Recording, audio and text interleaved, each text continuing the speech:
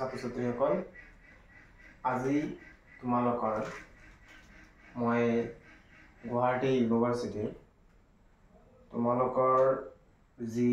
Major minor সম্পৰ্কে তোমালোকৰ 4th ইয়াৰ under graduation programme তাৰ BA BSc BCom এই কোৰ্সসমূহৰ তোমালোকৰ যি 25-26 যিসকল ছাত্ৰ ছাত্ৰী এইবাৰ তোমালোকৰ এই কোৰ্সত অন্তৰ্ভুক্ত হৈছে নাম এডমিশন কৰিছে সেই সমূহ ছাত্ৰৰ সম্পৰ্কে মই তোমালোকৰ এই কোৰ্স সম্পৰ্কে তোমালোকক মই আজি এক বিশেষ আলোচনা দাঙি ধৰিম যি আলোচনা তোমালোকৰ গোটেই কোৰ্সখিনি সম্পৰ্কে তোমালোকক বিশেষভাৱে বুজাই দিয়া হ'ব যে কোনখিনি কোৰ্স কেনেকৈ ল'ব লাগিব তোমালোকৰ মেজৰ কেনেকৈ ল'ব মাইনৰ কেনেকৈ ল'ব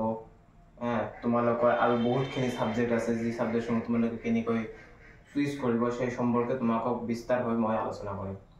তো গতিকে ভিডিওটো স্কিপ নকৰাকৈ তোমালোকে সম্পূৰ্ণৰূপে চাই থাকক আৰু মই তোমালোকক সম্পূৰ্ণভাৱে বুজাই থাকিম তো আজি আমি আলোচনা কৰিম ফাৰ্স্ট তোমালোকৰ যি 25-26 গুৱাহাটী ইউনিভাৰ্চিটি তোমালোকৰ গুৱাহাটী ইউনিভাৰ্চিটিৰ তোমালোকৰ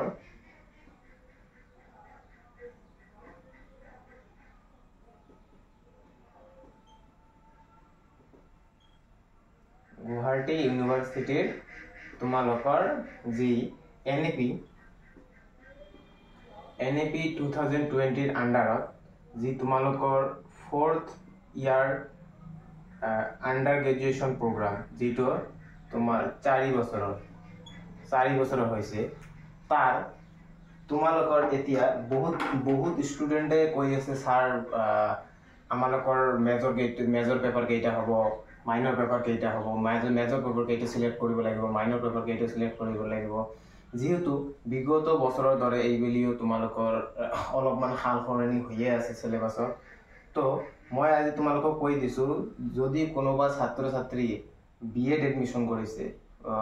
সৰি BEd নহয় তোমালোকে BA বা BSc বা BCom যদি কৰিছে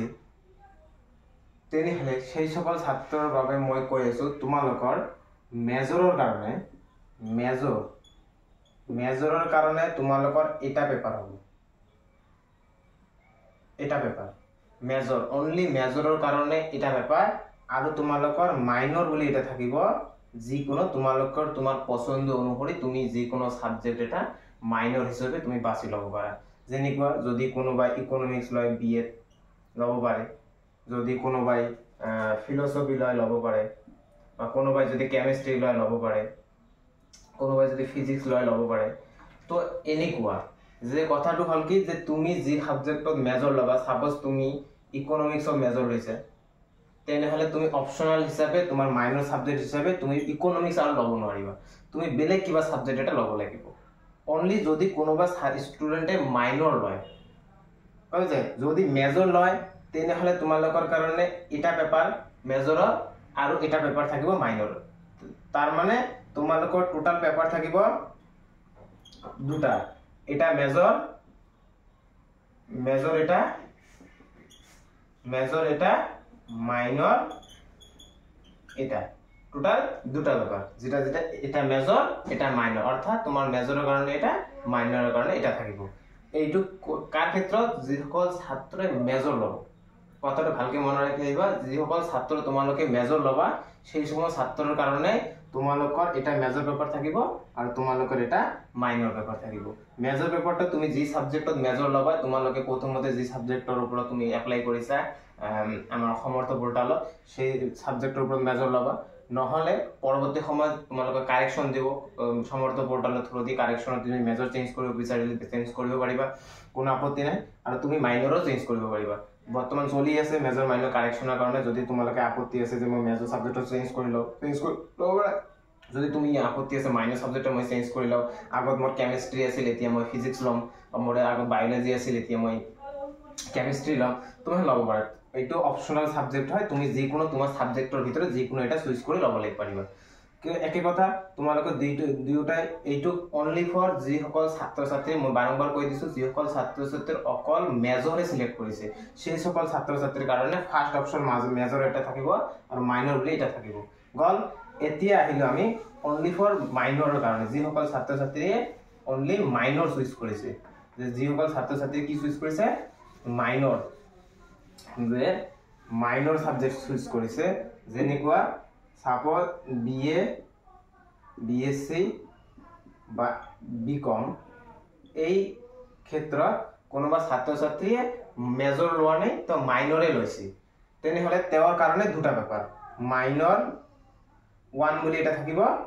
আৰু মাইনৰ 2 বুলি এটা থাকিব, অর্থাৎ দুটা পেপার। এই দুটা পেপার তুমি তোমার পছন্দ অনুযায়ী তুমি যি সাবজেক্ট লব বিচারা সেই মাইনর সাবজেক্ট দুটোই তুমি পছন্দ করে ললে হয়। এরা সাপোজ তুমি মেজর 1 তোমার মাইনর 1 তুমি ইকোনমিক্স লইছা, মেজর 2 তুমি ফিলোসফি লব পারা, বা তুমি ফিজিক্স লইছা তুমি কেমিস্ট্রি লব পারা। এনেকুৱা যে তুমি যিকোনো সাবজেক্ট দুটা তুমি মাইনৰ হিসেবে পছন্দ কৰিলে পাৰিবা। যিসকল ছাত্ৰই তোমালোকে মাইনৰতহে পঢ়িবা, তোমালোকে মেজৰ নলয় মাইনৰহে পঢ়িবা, তেওঁলোকৰ কাৰণে দুটা পেপাৰ থাকিব আৰু দুটা মাইনৰে থাকিব। কিন্তু যিসকল ছাত্ৰ ছাত্ৰী মেজৰ লৈছে তেওঁলোকৰ কাৰণে এটা মেজৰ পেপাৰ এটা মাইনৰ পেপাৰ থাকিব, একদম সিম্পল কথা এই কথা। আৰু ইয়াৰ লগতে তোমাৰ বহুতো আৰু আন সাবজেক্ট থাকিব যিবিলাক সাবজেক্ট তোমালোকৰ কাৰণে কম্পালসৰি ইউনিভাৰ্চিটিৰ থ্ৰুৰ পৰা তোমালোকক দিছে, যেনেকুৱা তোমালোকৰ MDC থাকিব, VAC থাকিব,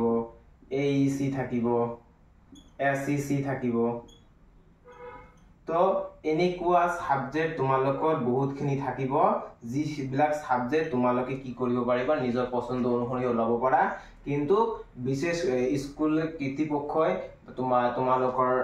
কলেজ কৰ্তৃপক্ষই তোমালোকক কি কৰে, যে তোমালোকৰ সুবিধাৰ্থে তোমালোকক MDC VAC এইবিলাক কিছুমান multi disciplinary subject value added course এইবিলাক তোমালোকৰ কলেজে নিৰ্দিষ্ট কৰি এটা দিয়ে সকলোকে এটাই ল'ব দিয়ে। তো তোমালোকৰ এইবিলাক কম্পালসৰি সাবজেক্ট হয়, এইবিলাক তোমালোকৰ কম্পালসৰি সাবজেক্ট হয়, এইবিলাক তোমালোকৰ ল'বই লাগিব বাধ্যতামূলক, এইবিলাক নললে নহব। মেজৰে হওক মাইনৰে হওক সকলোৰ কাৰণে সেম এইবিলাক সাবজেক্ট থাকিবই, হ্যাঁ থাকিবই। আৰু তোমালোকৰ এইখিনি তোমালোকৰ SSC VAC এইবিলাক বিভিন্ন ডিপাৰ্টমেণ্টে বিভিন্ন বিভাগেই তেওঁলোকৰ নিজৰ পছন্দ অনুসৰি এটা টপিক তুলি দিয়ে। যেনেকৈ SSC আছে, SSC তুমি এছামিছ ডিপাৰ্টমেণ্টৰ পৰা ল'ব পাৰা, SSC তুমি ফিজিক্স ডিপাৰ্টমেণ্টৰ পৰা ল'ব পাৰা, SSC তুমি ইকনমিক্স ডিপাৰ্টমেণ্টৰ পৰা ল'ব পাৰা। যিকোনো এটা টপিকৰ ওপৰতহে এইটো একটা টপিকৰ ওপৰত এছামিছ ডিপাৰ্টমেণ্টৰ সাপোজ এটা টপিকৰ ওপৰত থাকিব, যেনেকুৱা আছে অসমীয়া ভাষাৰ জ্ঞান আছে, তোমাৰ ইকনমিক্সৰ আছে, ডাটা এনালাইসিস বুলি আছে, এনেকুৱা থাকিব। তুমি যেটো পছন্দ তোমাৰ যেটো সুবিধা হয় তোমাৰ কাৰণে তুমি সেইটো পছন্দ কৰি ল'বা। এনেকুৱা সেম তাৰপৰে তোমাৰ এনেকুৱা আছে AEC আছে, তোমাৰ VAC আছে, এনেকুৱা থাকে, এনেকুৱা বিভিন্ন সাবজেক্ট আছে, কিন্তু এইবিলাক সাবজেক্ট তোমালোকৰ কম্পালসৰি তোমাৰ এইবিলাক থাকিবই, এইবিলাক তোমালোকে ল'ব লাগিব। মেজৰ মাইনৰ দুয়োটাৰে কাৰণে সেম এইবিলাক থাকিব, কিন্তু খালি এটাই তোমালোকৰ পৰিৱৰ্তন থাকিব, সেইটো মই আগতে কৈ দিছো, তোমালোকৰ মেজৰৰ ষ্টুডেন্টৰ কাৰণেহে এটা মেজৰ পেপাৰ থাকিব, এটা মাইনৰ পেপাৰ থাকিব। আৰু যিসকল ছাত্ৰ ছাত্ৰ মেজৰ লোৱা নাই সেই সকল ছাত্ৰ ছাত্ৰীৰ কাৰণে দুয়োটা পেপাৰে মাইনৰ বুলি থাকিব। আৰু ইয়াতে এটা গুৰুত্বপূৰ্ণ কথা যে তোমালোকৰ ফাৰ্ষ্ট সেমিষ্টাৰত তোমালোকৰ যিখিনি সিলেবাস সম্পৰ্কে মই অলপমান জাষ্ট দি কৈ দাও। তোমালোকৰ ফাৰ্ষ্ট সেমিষ্টাৰত মেজৰ এণ্ড মাইনৰ দুয়োটাৰে কাৰণে সিলেবাসটো তোমালোকৰ সেম থাকিব, সেম সিলেবাসত কোনো পৰিৱৰ্তন নাই। মেজৰ সাবজেক্ট ষ্টুডেণ্টে যেনেকুৱা সিলেবাসত মেজৰ পৰীক্ষা দিব আৰু মাইনৰ ষ্টুডেণ্টে মাইনৰ লৈ পৰীক্ষা দিব, কাৰণ সিলেবাসটো তোমালোকৰ কি থাকিব, সিলেবাসটো কি থাকিব, দুয়োটাৰে কাৰণে সেমই সিলেবাস থাকিব, কোনো সিলেবাসৰ কোনো পৰিৱৰ্তন নাই। মেজৰ ষ্টুডেণ্ট যিখিনি সিলেবাস থাকিব, মাইনৰ ষ্টুডেণ্ট সেম সিলেবাস থাকিব তোমাৰ ফাৰ্ষ্ট সেমৰ কাৰণে। ফাৰ্স্ট সেমৰ মই ফাৰ্স্ট সেমৰ কথা যেহেতু কৈছো এডমিশনৰ প্ৰথমে ফাৰ্স্ট সেমিষ্টাৰে হয় তোমালোকৰ তো ফাৰ্স্ট সেমিষ্টাৰৰ ওপৰত মই কৈছো তোমালোকৰ মেজৰ আৰু মাইনৰ সকলোৰে সেম সিলেবাসে থাকিব ফাৰ্স্ট সেমিষ্টাৰৰ কাৰণে কোনো ধৰণৰ সিলেবাসত পৰিৱৰ্তন নাই আৰু এই সিলেবাস তোমালোকে ইংলিশ মিডিয়াম বা এছএমএছ মিডিয়াম তোমাৰ যেটো সুবিধা তুমি সেই মতে তুমি ল'ব পাৰা কথা বুজিছে তো এইখিনি তো মই আজি তোমালোকৰ ক্লোজ সম্পৰ্কে তোমালোকে কোনকৈ মেজৰ কোনটো মাইনৰ কেনেকৈ হ'ব সেই সম্পৰ্কে মই ভালকৈ বুজাই দিলো তোমালোকক যদি ভাল লাগিছে মোৰ কথাখিনি তোমালোকে মোৰ চেনেলটো লাইক কমেন্ট সাবস্ক্ৰাইব কৰি দিব মই আশা কৰিছো মই তোমালোকৰ কাৰণে আৰু নতুন নতুন ভিডিও লৈ আহিম যি সকল তোমালোকৰ কাৰণে অতি হেল্পফুল হ'ব তোমালোকৰ এই এডুকেশ্যন সেক্টৰত আৰু মই মোৰ নেক্সট ভিডিও তোমালোকক এই সিলেবাস সম্পৰ্কে বিশেষকৈ প্ৰতিটো ডিপাৰ্টমেন্টৰ মই সিলেবাস সম্পৰ্কে তোমালোকক ভালকৈ জনাই দিম তো গতিকে মই আশা কৰিছো তোমালোক সকলে মোৰ কথাখিনি ভালকৈ বুজি থাকিব সকলোকে ভাল লাগিলে মোৰ লগত জড়িত থাকিব আৰু মোৰ ভিডিওটো অতি সোনকালে পাবৰ কাৰণে তোমালোকে লাইক কমেন্ট শেয়াৰ সাবস্ক্ৰাইব কৰি দিবা